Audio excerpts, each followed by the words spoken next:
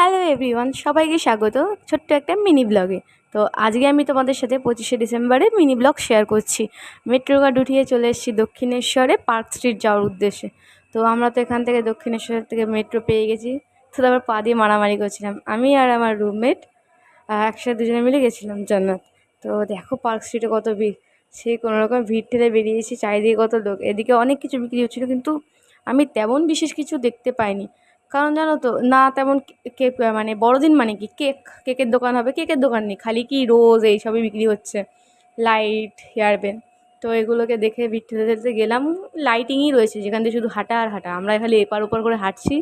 দিয়ে ওখান থেকে টক করে পালিয়ে এসেছি, কারণ আর হাঁটতে ভালো লাগছে না।